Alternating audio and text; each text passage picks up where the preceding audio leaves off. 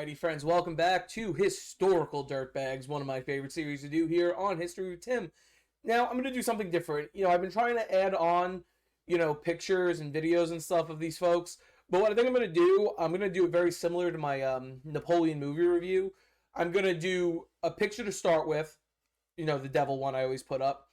I'm going to do the video, and then I'll have the dirtbag one at the end, just to change it up, just because it's, try something new. This is a new series I'm starting, and I'm trying to work all the kinks in and out.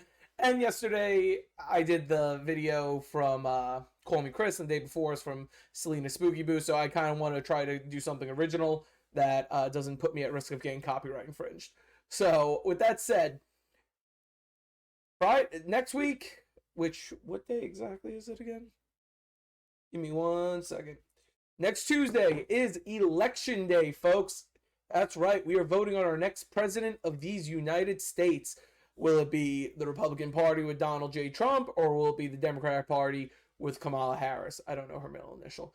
But with that said, I thought I would do a video because we've been doing, last video was a bureaucrat. The first video was a bureaucrat. I did Charles Trevelyan.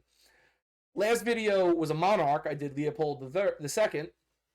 Today I decided to do someone who himself is a integral piece of the American political story, a founding father, so to speak, of the Democrat Party.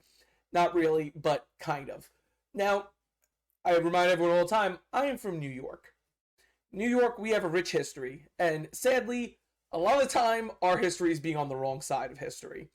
New York abstained from the signing of the Declaration of Independence. We also voted against the ratification of the 13th Amendment. New York has a very bad history, especially when it comes to politics. We're often on the wrong side, historically. But it's because of certain people in history. And today, a history of dirtbags, we are going to look at the most notorious figure in New York political history. Today, we are talking about 19th century New York City, a time of rapid growth, social upheaval, and unprecedented corruption. Now, who's in the spotlight, everybody?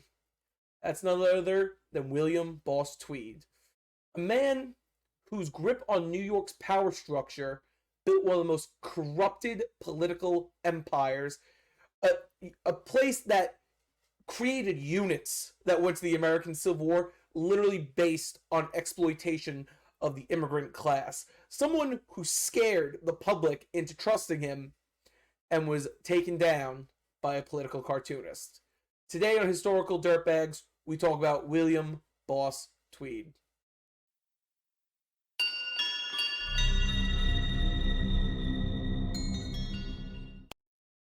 William Major Tweed, better known as Boss Tweed, wasn't your average city politician.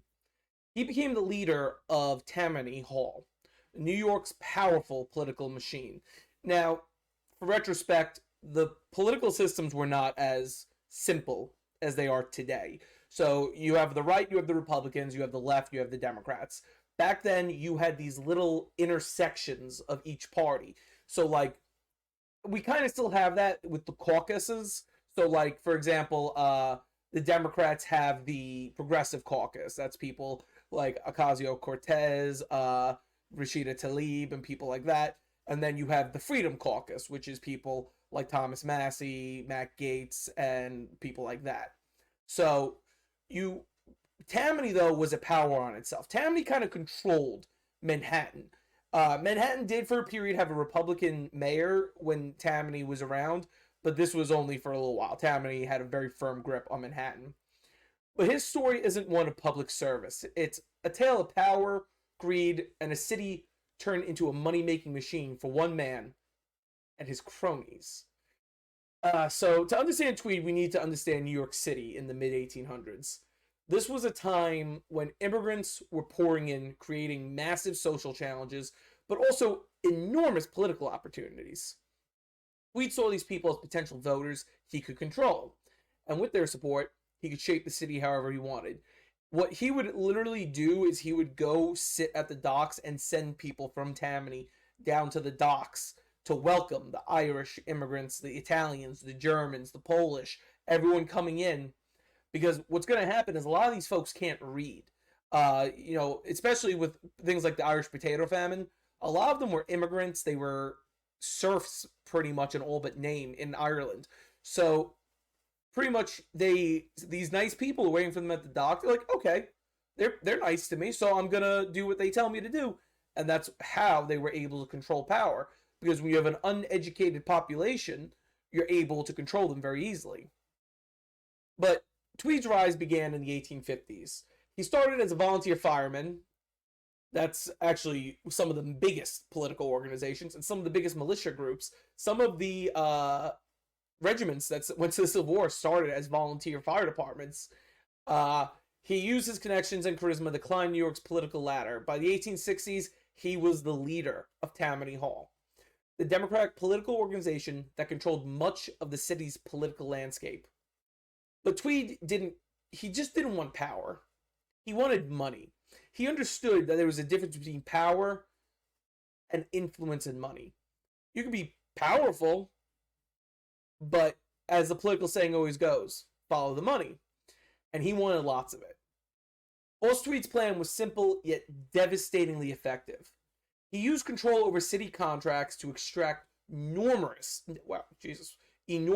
sums of the city treasury, inflicting the cost of public projects and pocketing the difference.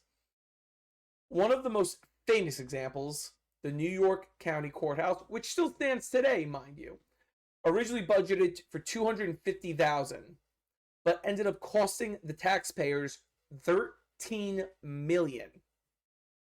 Now, you may say, Tim, why? Why is that? Well, because every contractor, laborer, and official involved paid kickbacks to Tweed and his cronies. They pretty much were the mob before the mob, in a weird way. They were mafiosos before the mafia came over from Italy. By the 1870s, Tweed's Tammany Hall network was infamous for bribery, embezzlement, and voter fraud. But there was one person who wasn't afraid to take Tweed down. That is one political cartoonist named Thomas Nast. With his sharp pen and biting wit, Nast published cartoons in Harper's Weekly, exposing the Tweed ring to the public in ways the words alone couldn't do. Because again, from an immigrant point of view, that they don't know, the people who didn't know how to read, and this isn't a judgment or anything, this is the period.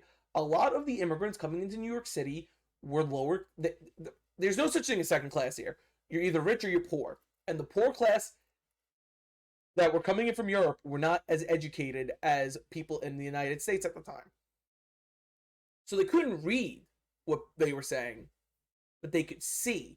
So when you're making this man, this leader, and you could recognize one word and you could recognize his face, and that one word is Tammany. Tweed,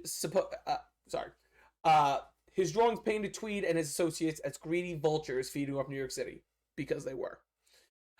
Tweed supposedly said, "My constituents can't read, but damn, they can see pictures."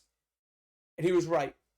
Nast's cartoons became the face of the fight against Tweed, reaching audiences who otherwise wouldn't have paid attention to political corruption. But it wasn't just cartoons that brought Tweed down.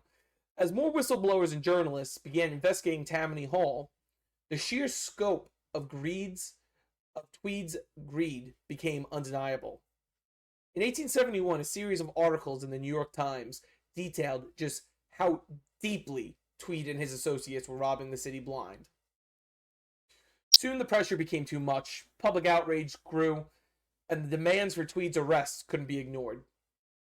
In 1873, he was finally tried and convicted on charges of forgery, larceny, and other crimes. Ironic that it might have came out of the very courthouse he built.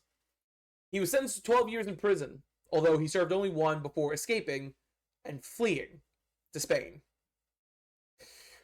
Tweed's escape didn't last. Incredibly, Spanish authorities identified Tweed from one of Nast's cartoons, and he was extradited back to the United States, where he was re-imprisoned. He died in jail in 1878, leaving behind a legacy of corruption and scandal that New York and the country would not soon forget. But the impact of Tweed's corruption didn't end with his death. His actions sparked a movement for reform in American politics, shining a spotlight on the need for transparency, accountability, and checks on political machines like Tammany Hall. I'm going to be honest, those never happened.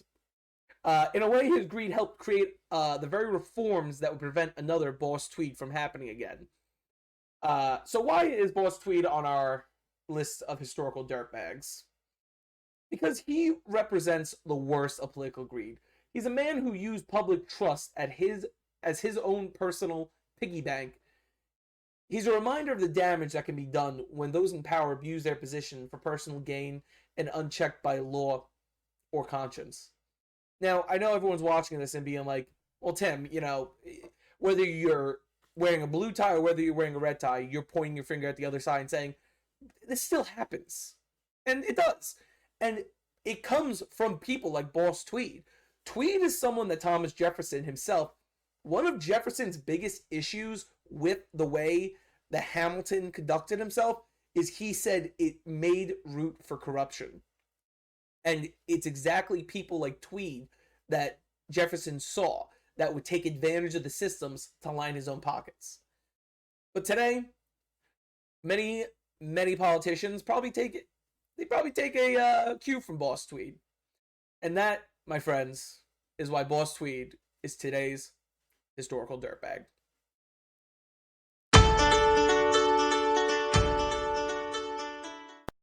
All right. Thank you so much for joining us today on this installment of Historical Dirtbags. I thank you all so much for your continued support and joining me. I know this is all new. It's a new series. I'm just trying to keep it fun, keep it new, keep it different. But thank you so much for joining me today, friends. If you have any suggestions on someone I should do, feel free to comment. I really would appreciate it because the thing is, I sit here through the week reading about all these horrible people, and it kind of gets exhausting. So if you have anyone you guys want to see, definitely comment. Also, please like, share, and comment on this video. Share it with your friends and family if they enjoy history, and let's continue growing this giant historical community.